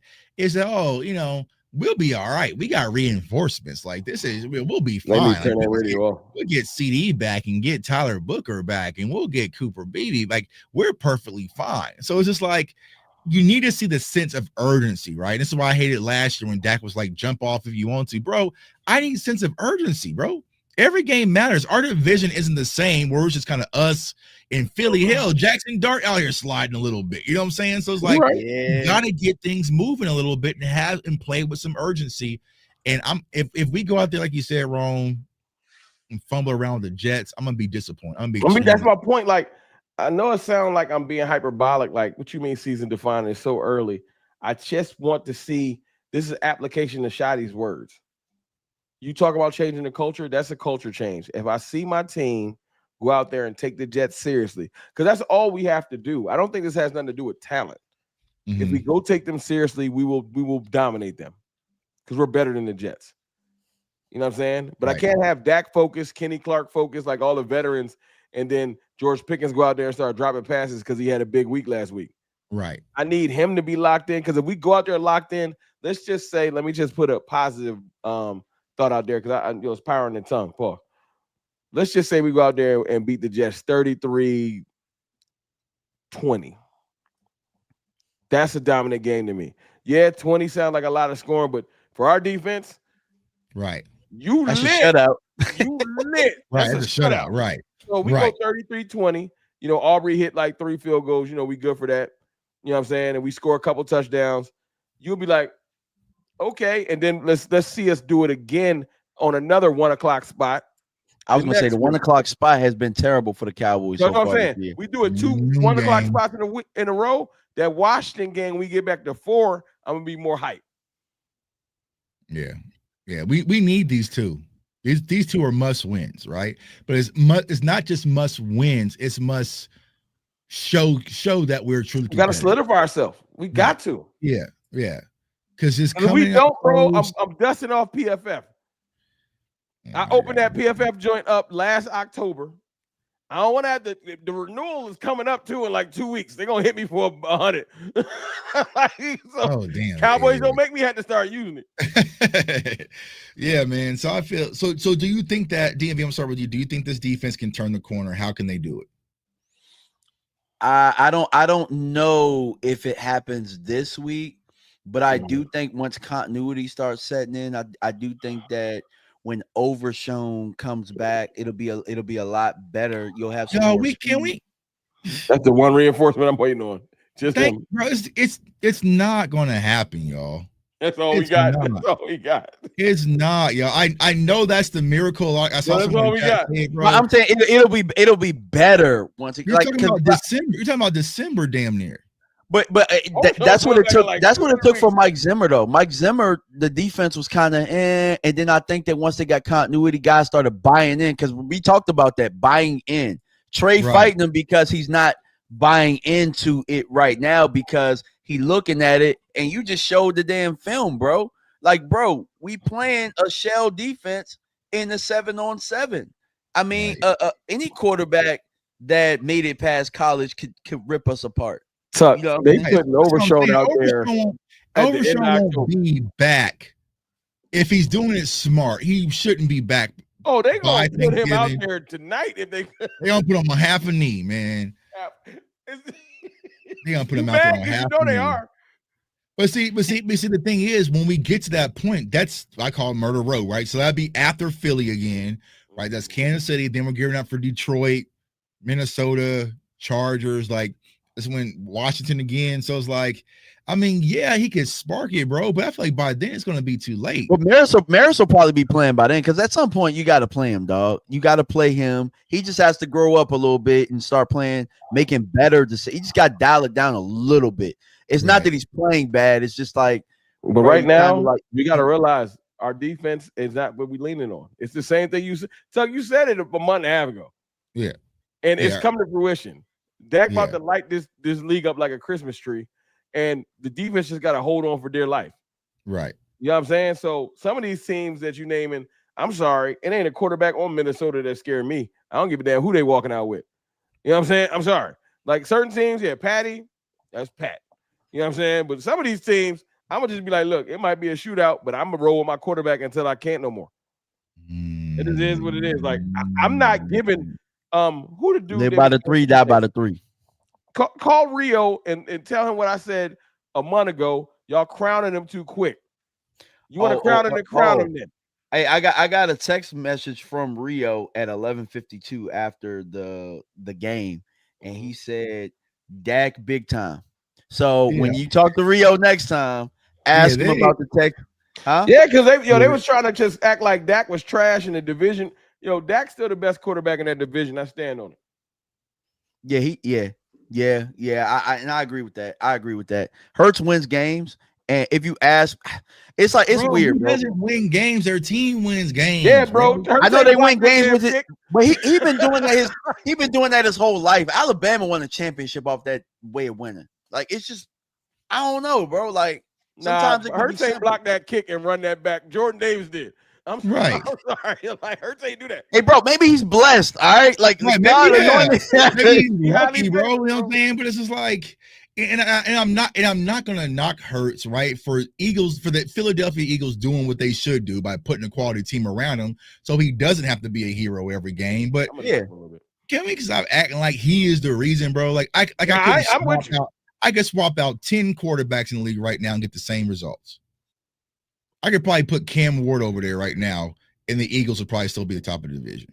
Bro, I give Howie all the credit. It's got to be a good quarterback though, because they've had some backups come in that can't really win. With you could Pickett couldn't. You know what I'm saying? You could do. Let's take out the top 5, right? Stafford would be fine over there. Yeah, Stafford. Dak would be fine over there. Who else is? Jared Goff would be fine over there. He's talking about outside the top 5. Yeah. Oh, Baker. Yo, I like Baker. Baker would be deadly over there. Jaden Daniels would be deadly over there. Yeah, I got him. I still got him. I love Jaden. I'm not saying Daniels not good. I'm just saying I'm not crowning him over Dak yet. But most people don't have him in the top 5. You could put Daniels over there. Daniels is great. I'm not saying that. So you're right. Shit. So it's like, yeah. Herbert. Oh yeah, Justin Herbert over there. Quarterback Jesus. Probably, man. Probably. Lawrence. You probably could put Bo. If Bo Nix can win games with the Broncos, you could put Bo Nix over there. Hey, you know who balling a little bit? Sam Darnold might can go over there and ball. Hey, shit, Daniel Jones. Yeah. Indiana Jones. Indiana Jones. All right. Yeah. Yo, you know what's funny? That's the point. Facts. That's the point. We just named half the damn league that probably could have some success over there. Right. But heavy is the head that wears the crown. If you got that much artillery, you can't have it both ways. You can't have all that and then get mad when you get scrutinized. Nah, somebody said Kirk Cousins. Nah, hell nah. Kirk Cousins. Hell nah. Going a little too far. All right. You can't act like you already the champions. We gotta get that up to you. Dude that won a Super Bowl MVP. You got that. But yeah, when your number one receiver is out here pouring his heart out to the media, I'm gonna acknowledge it. They got AJ Brown out that joint looking like Wale. Bro, he writing poems sensitive and writing poems. And so my point is, you don't want us to say that. Go out there and look like all those quarterbacks we just named. That's it.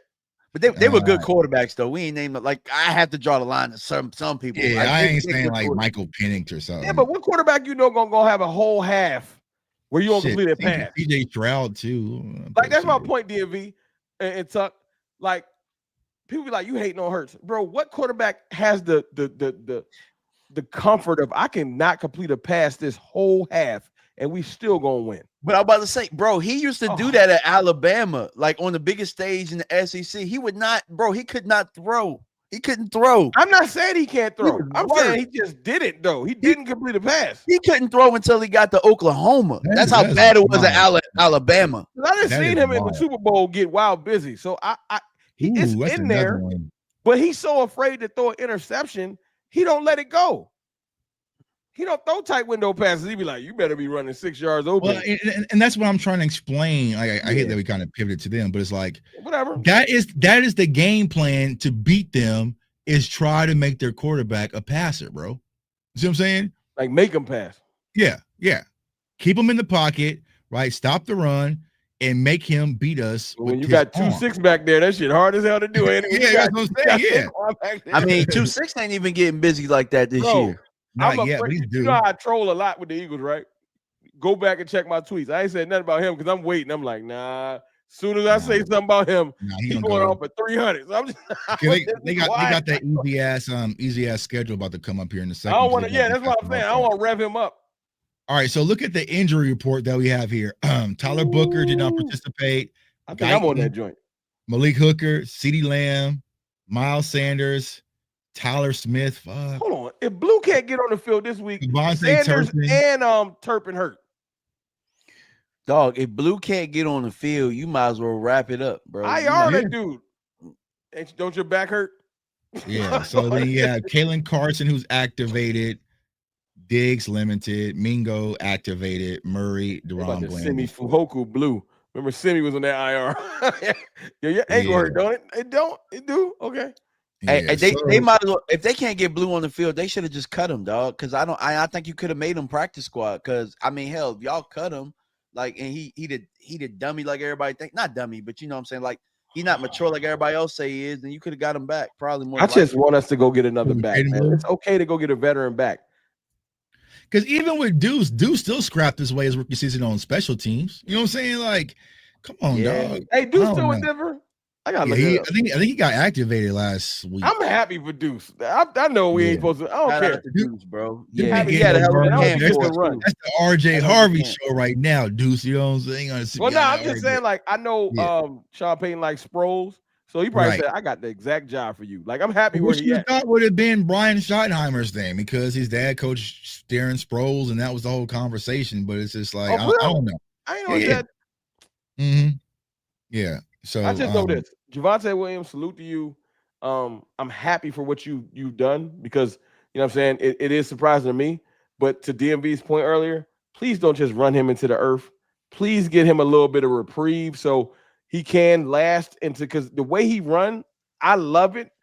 But he one play away from us being like, so now what? And like, Right. so please let him get a little bit of a breather so we can have him in. Maybe if we are on a playoff run in December, he not nicked up. Mm-hmm. I'm not trying to bench him. He can be RB1. See, I would call, but knowing the Cowboys, man, they about to run that cheap pickup truck that you talked about, Rome, into the ground. You know what I'm saying? They drive it on the highway. They drive like, call the Titans. Get Tony Pollard back. You like, nah, Tony Pollard and Williams? Bro, I would go get Tony Pollard's ass back right now. I'll go pick him up, bro. I ain't too far from Tennessee. And so which is so crazy. It's like, damn, bro, like Philly went and got Tank Big. Like, bro, we had Javonte Williams, Tank Bixby. We'd be lit right now. You know what I'm saying? Like, they ain't even they're not even using them. They just got him so nobody else can get him. He on special teams. But you know what, though? I will say this. If there's a position you probably can get in a couple of weeks right before the deadline, it would be a running back too. So I think it'll be possible, but will Jerry go do it? All right, so let me do this, Rome. You got one trade to make. What's your trade and what's the position? Oh, it ain't RB2. I'm sorry.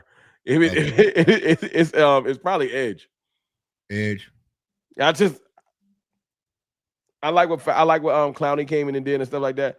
But you talking about can I send a one or ones is off limits? Ooh, you can do the one. This is a good idea. I would go get. We're not getting my man from Vegas. They're not. He like Vegas too. He's not leaving. Yeah, but I would call Cincinnati. Hey, dog. Yeah. Send me, and I don't even think you need to send him a one. I think they'll let him go for it too because he's not going to be there next year anyway. Right.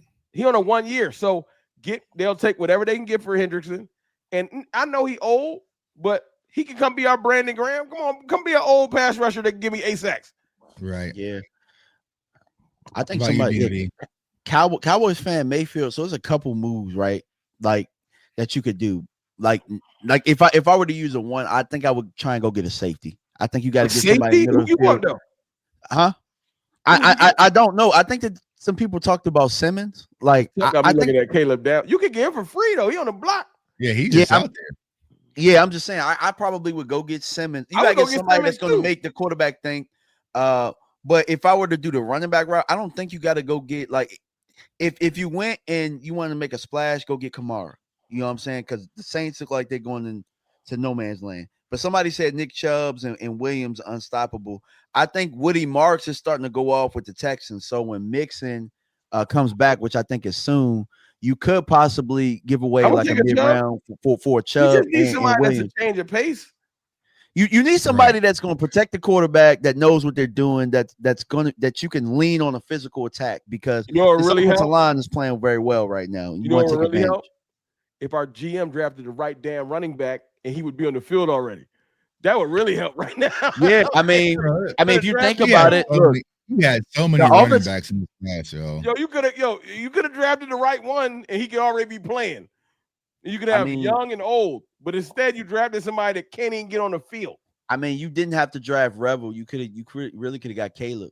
You about to get me in the about? Don't get me angry. Yeah, we could have you really Caleb. could have got Caleb. But Although, it is what it is. is he playing right now? Because Kenneth Gainwell He's in been the balling. doghouse a little bit out there in Pittsburgh. Yeah, I seen him get a little bit, but as you know, these young guys, they're taking a little bit of seasoning right now because Amari Hampton and Jimpsy finally just got off. So team weapons. We could have got by without Booker and just got Hampton. I mean, in all honesty, y'all, and I was having this conversation on Twitter, right?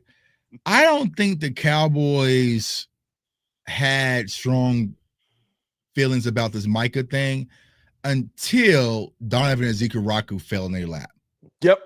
And I felt like that was probably the conversation, okay, because we were all scratching our head, and I love the kid, but it's just like, why did we take him? We got tons of edges. They probably sat back and say, hey. I think they were looking at edge anyway. Hey, don't Dono. But why, bro? We already spent two first. But Tuck, remember, look, draft season, they gave like draft Shamar Stewart, and there was some other edge. Like they were looking at edge at that first pick. And we were like, why are they looking at edge? Remember that? Yeah. I think he flashed at me a little bit though last week. I think he's gonna be okay now. Who? Donovan? Oh yeah, he was gonna be okay. I say that, y'all. Yeah. I'm not saying Micah, because people be trying to force you. I'm not saying that. I'm saying, oh, he might gonna be all right one day. Because at one point it was like, oh, did we just waste a second? Cowboys Nation, let me do y'all a favor. Just thank you for the memories, Micah Parsons. Yeah, let it go. And just forget them. Because I think people are trying to find another one. You're not getting another one. I promise you that you're not getting another Micah Parsons. So don't go into the draft. Even if we got Max Crosby. He's not Micah. He still ain't Micah Parsons. He's not Micah Parsons. And that's what people don't understand. If you traded for him, you would be like, all right, we got Micah. And Cleveland not letting him go. Right. Yeah. You got him, I'll be like, now, bro. You got him. You had to trade 6-1. Yeah. So, or how about this? Why don't you go fly to California or something like that and see if you could talk Aaron Donald out of retirement or something like that? You know what I'm saying? If Aaron come out of retirement, I'm not trying to be funny. He going home. Right. I'm gonna go play with Jared Verse. I'm not playing with y'all. Right. Yeah. Like I trying to be mean about great name, right? Jared Verse. Y'all know I love Jared Verse, right? I feel like Jared Verse is a dominant edge rusher. He's not Micah, right? Yeah, he's not. Because here's the thing. People want to coin Micah as just a defensive end. No, that's just where they goofy ass kept playing him. This is a guy that can play defensive end, linebacker. He would probably be a better covered safety than Donovan Wilson. Like, he can do a variety of different things. You see what I'm saying? So it's like, I heard this take earlier. Stop finding the next Micah Parsons, because even Abdul Carter right now, he's getting pressure, but he's not terrorizing like people thought he was going to do. I saw your conversation with Derek Eagleton earlier. I know. He saw it though. I know he did. I think what was said makes sense in the fact that if you're not going to use something right, because I'm mad. You already know my feelings about Micah. I would have never did it. Mm. But if you're not going to use them right, at least go get the value. And we was, as you just said, we might not never have used them right. We was going to treat him like DAK. I'm paying you a lot of money. You stop everybody. I'm not even building the defense around you. You stop everybody. And we would have just been mad because Micah would have always came up short because he wouldn't have Quay Walker with him. He wouldn't have Edgerrin Cooper with him. He wouldn't have never had that in Dallas because they'd have been like, I paid you 48. You do it. Just like they do with DAK. So my point is, maybe in the long run, it's going to work out for both sides. He gets to be happy. He get his money. He get his team. And hopefully, Will McClay get his head out his ass and start drafting good players. Because we probably never was going to do like you said, Tuck. We was just going to put him on the edge and say, go be Reggie White or Lawrence Taylor. But that ain't even his game. So I see this conversation in smoke, and I think this is where people are messing up. That is not the case, right? People feel like dominant defensive ends are just extra. You know what I'm saying? They're just extra. That's not the case, right? It's not that they don't fizzle out. I think a lot of people, this is why I was trying to tell Derek Eagleton, if you look at it at a high level, because I saw someone mention, right? 1 sack in 4 playoff games, fellas. All right, cool, right? You're looking at a macro level. When you look at defensive end, you have to look at it at micro. Like, so DeMarcus Lawrence went through this, right? A lot of people hated D-Law because he didn't get sacks. They don't understand pressures, tackle for losses. They don't understand setting the edge, right? They don't understand that offensive linemen are having to make their adjustments, right? Even with Micah Parsons, I did a video on this last year, right? There was a play versus the Giants where the offensive lineman was so afraid, he kicked out of his stance early, got a false start, right? And the very next play, what happened? They fumbled a snap. So that was a course of action. Then he chased the quarterback from the backside, and the quarterback tried to throw it away, didn't put it out of bounds. Deron Bland ends up getting. So those little things do not show up. That's your point. That's a good point. You know what I'm saying? Like, if I make a player, they don't show how many false starts that Micah Parsons forced, right? Or forced throws. Yeah, if they actually called holds, like Dallas probably would have lost the game because they was holding the hell out of him, like, in that game. Right. So if you look at, and I could probably pull this up, I ain't gonna do it right now, right? Time to throw, right? From Dak from week 3, right, to week 4, Dak knew, and he did it. Excellent. I have to get this ball out. I gotta get it out. I have to, because if I don't, it's going to be problems, right? It's the same thing like back in the day. When Deion used to take away the whole right side, people like, oh, well, Deion didn't do anything. I'm taking away a whole right side of the field where quarterbacks are like, I'm not even going to throw over there. You know what I'm saying? I'm going to attempt it. You see what I'm saying? So there's more levels to it than just looking at the sacks and tackles. Well, bro, you got to shoot them some bail. You know what I'm saying? And I always like to do the nuance thing. What you're saying makes absolute sense. Everybody, there's no way nobody can, like, I did this when it first happened. Can't nobody tell me that Michael Parsons is not generational. Right. Like, even the other day, he was playing out of his mind. You finally got a chance to see, my quarterback get busy. You know what I'm saying? But Michael was everywhere the other night. The problem is he's generational because everybody trying to find one of him. But this is my point, though, DMV. What's the best way to put this? I'm not going to remove the emotion out of it because I'm an emotional person. Right. I got on this stream today. Y'all don't even know I got pulled over. I was emotional before I turned the light on. I was already angry. The emotion of it is, because everybody was out there was pay Micah. Y'all was all pay Micah a month and a half ago. Bro, right? We had so many profile pics changed. We couldn't tell who we was talking to. So everybody had the same thing. But now that he gone, it ain't just that he left. What I said is when he left, it was the way it looked like he turned his back on us. It was that letter. That's where this is coming from. So it's like, it's F me. It's like when a dude tried to bag a girl outside the club.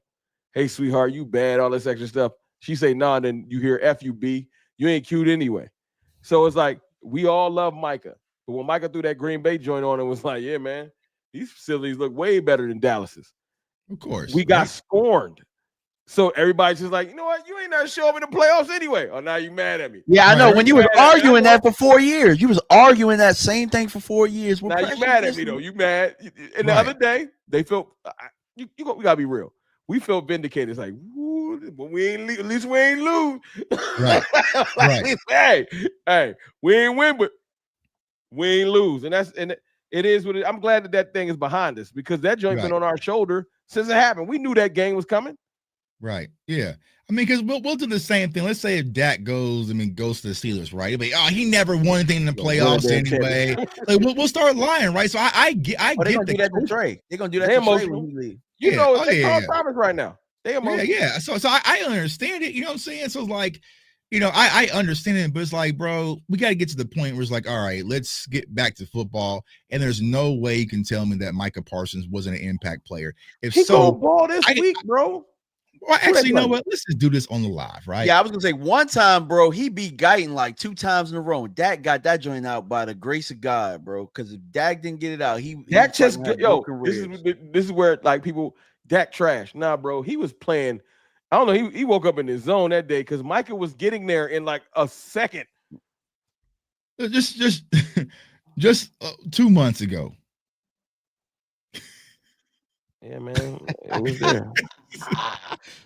Even his teammates, even the teammates that didn't want him changed their profile pic to Micah. Bruh. The teammates that didn't want him.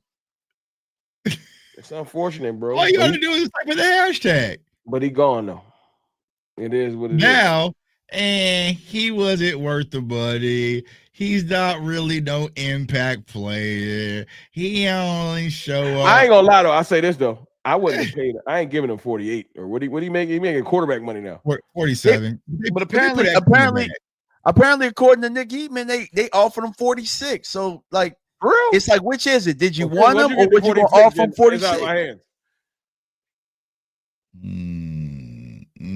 Bro, it wasn't gonna work though.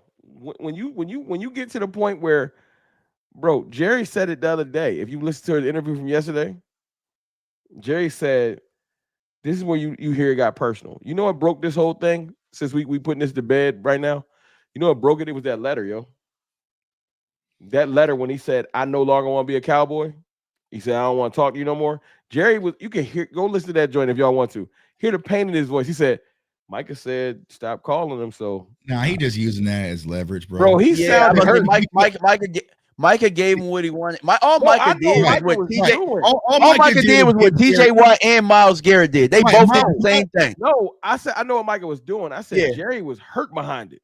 No, he wasn't hurt, bro, because I think I posted the article earlier on Mario. He wrote all the Cowboys players that have requested a trade, for DeMarcus Lawrence to Michael Irvin to the list goes on and on, right? He just needed something because Micah was already, he wasn't as loved as he thought, right? So they were able to kind of just spin it on him, and the fan base ate that up, bro. Like, Micah only did that because he was getting, the first thing was, I'm tired of being disrespected, right? Jerry was disrespecting him. So, you know, Micah is gone, but it is what it is. But I want to encourage the Cowboys fans is you have to stop looking for the next one. You're not. You're not going to get another one. You know what I'm saying? Like, you barely got that one. You barely got Falcons that one. Left, you know what I'm saying? Prime left the Falcons. They thought, oh, we could get another corner. They ain't had another corner like that. So you got to attack it by like volume. So you got to hope that we use those ones right. Right. That's it. Right. Mm-hmm. Exactly. If you get like, if one of those ones lands you, let's just say we get lucky and we got our one of our ones land where Marion Hampton was, and we get our Marion Hampton this year, and he come in and average 1,300 yards, and then the next year it gets us. I ain't gonna say edge rusher. It gets, or let's just say that one we get lucky and we get Caleb Downs. You know what I'm saying? It's a whole, it's greatness in a whole nother area of the field, but we're not getting to Micah. Well, that's why I tell people that the Micah thing is not over until we find out what these picks turn into. Because if they turn into Matt Let's I was gonna say Matt Let's go. Yeah, they turn into Matt Let's go. Tighten up because I don't got a lot of faith. He has to hit it. He has to hit these picks, all four of them. He get another Mozzie. If it's a right tackle and a nose tackle or something like that, it has to be somebody that Cowboys fans are going to go out there and buy jerseys. 26 is on the board, bro. I'm gonna be real with y'all. I know Dak playing out of his mind, but Dak is 32. I'm gonna be real with y'all. 26 is on the board. 26, they'll build the team. If things don't look like this at the end of 26, I know I'm talking a long way from now. 27 is the quarterback. In 27, they will take those two ones and the one from 28, and they will move up and go get a quarterback. So that second first is off limits. That is off limits. 26 is on the board. In the 2027 class, y'all, just kind of give you know what I'm saying. I've been doing my draft shit.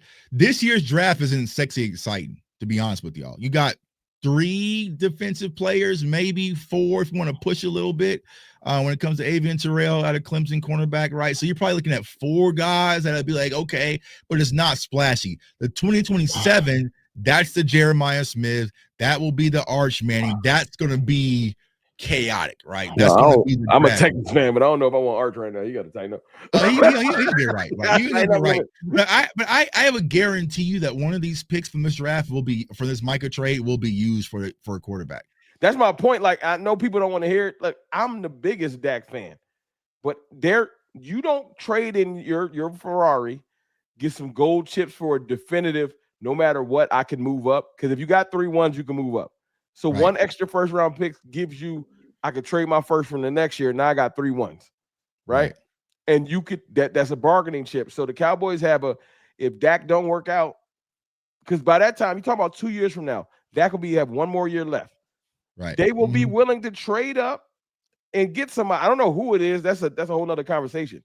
But I ain't gonna be naive that 33-year-old Dak won't be on the. Hey man, you can Mhm. go too, Mhm. and we'll be really starting over. That's when you'll be shipping CD out of town and starting over. So y'all better pray that things start clicking, or we gonna really rebuild it. Yep. Yeah, they're gonna strongly gonna consider it, bro. Because that 2027 draft class, that's the fun one. That's the exciting one. This year you'll have Caleb Downs will be exciting, splashy, Jordan Tyson, And that could be funny. Jeremiah, I could talk trash about Arch. Love, Don't let the maybe. Cowboys have a genuine chance of getting Arch, just off general principle, off GP for my old heads in here. They would draft him just because of the I ain't got somebody that the looks name. like a Dallas Cowboy. Right. They would draft Arch Manning just off GP. Don't trip. Yeah. Absolutely, bro. Like absolutely. And put him right behind Dak. Hey, you sit behind Dak. So like now we're getting the draft talk, right? But yeah, Sellers, he'll move up, but this year's not going to be a quarterback centric draft. Like these quarterbacks aren't going to be exciting. About Drew Allard a lot of the defensive talent is going to go earlier than expected. You know what I'm saying? You're going to have Anthony Hill probably go, Caleb Downs will probably go, Bain will probably go. Like those defensive players, they're going to be top 12-ish, right? Because the quarterback market isn't exciting, and even the wide receiver class isn't that strong, or running back class. So you're right. And I know y'all like that. How y'all get the draft? Because we just be flowing. It's just I like to be having a group chat live. Y'all be watching. I just like to be honest. Like when I saw those 2 ones, I would trade them all the way. I've been trying to get Myles Garrett up off the Browns. I'd send them both right back out the door. Right. But I know we as fans want them to just get rid of them.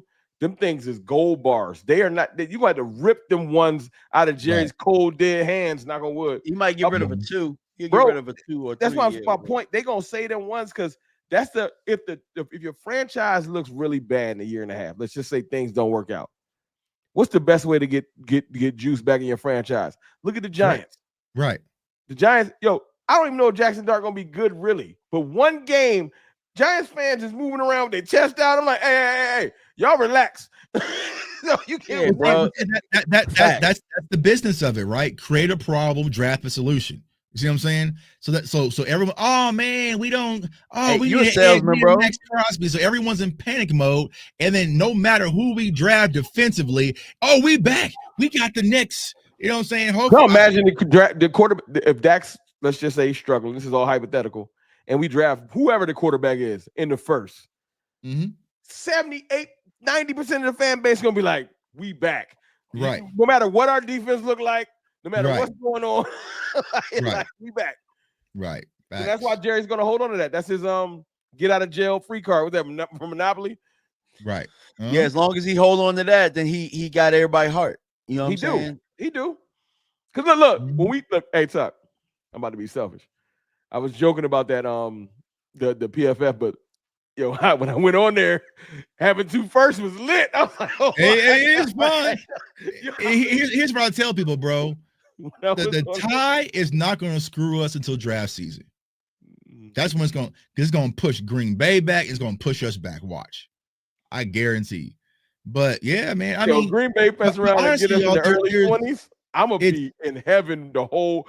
I'm like, why you not mad? We ain't go through the playoffs. I'm like, shit, these mock drafts going crazy. Yeah. My draft this season with them 2 firsts is crazy. You know what I'm saying? But they probably killing me in the chat. You talking mock drafts? I'm sorry, y'all. I mean, shit, y'all. But here's the thing, bro. I'll say this before we dip. Cowboys fans, can we just be realistic and put the Kool-Aid cups down for a second? Just for a second, I'll let y'all pick them back up. You should not be upset that people are talking mock drafts or next year because your organization told you they are not all in on winning this year.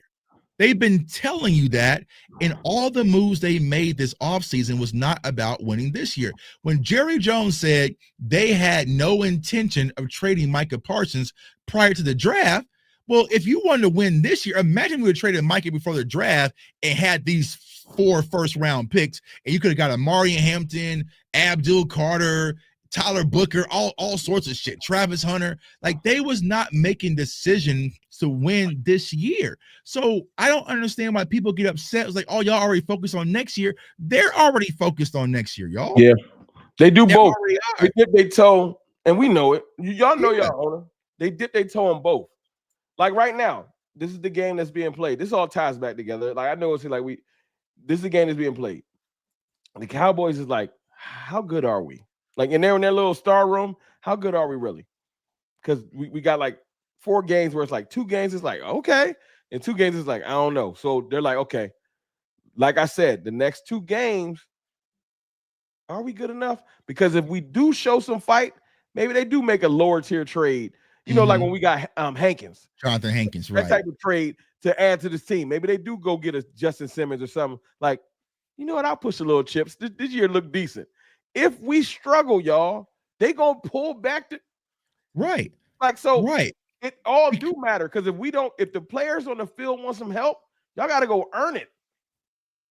Because here's the thing, Rome. Not only are we losing games, but the way that we're losing, Cowboys fans aren't pissed off. You know what I'm saying? Like, even that Philly game, like you were swore we beat Philly the way some fans were acting. You see what I'm saying? No, we was on the ropes last week. The You know what I'm Bears saying? game put us on the ropes, and then like what's that meme where the dude came up like with a beat? Oh, yeah. Like we was dying, and then like after last week, we like everybody's watching this game like this. This week, everybody's watching like, is we good for real? That's all we want to see. Yeah. Is we good for real? Now, if we show up, it's gonna be like you're gonna be moving different for the Panthers game. If we show up, the Panthers game might be the real trap game because we're gonna be beating our chest. Yeah. Hey, it's the Rico game, baby. Oh yeah, Rico's revenge. My guy B Bird, the $5 super chat said, "Joe "Jonas loves like Rico like because that. fans love buying it. Name it all in season. We need to trade for Max Crosby now." Yeah, for me, I would trade for him. I would go all in, right? But I would have sold Micah. You know what I'm saying before the draft but they are not. Bro, I would have traded Micah for Max if you want to keep it funky. Bro, and here's the thing, bro.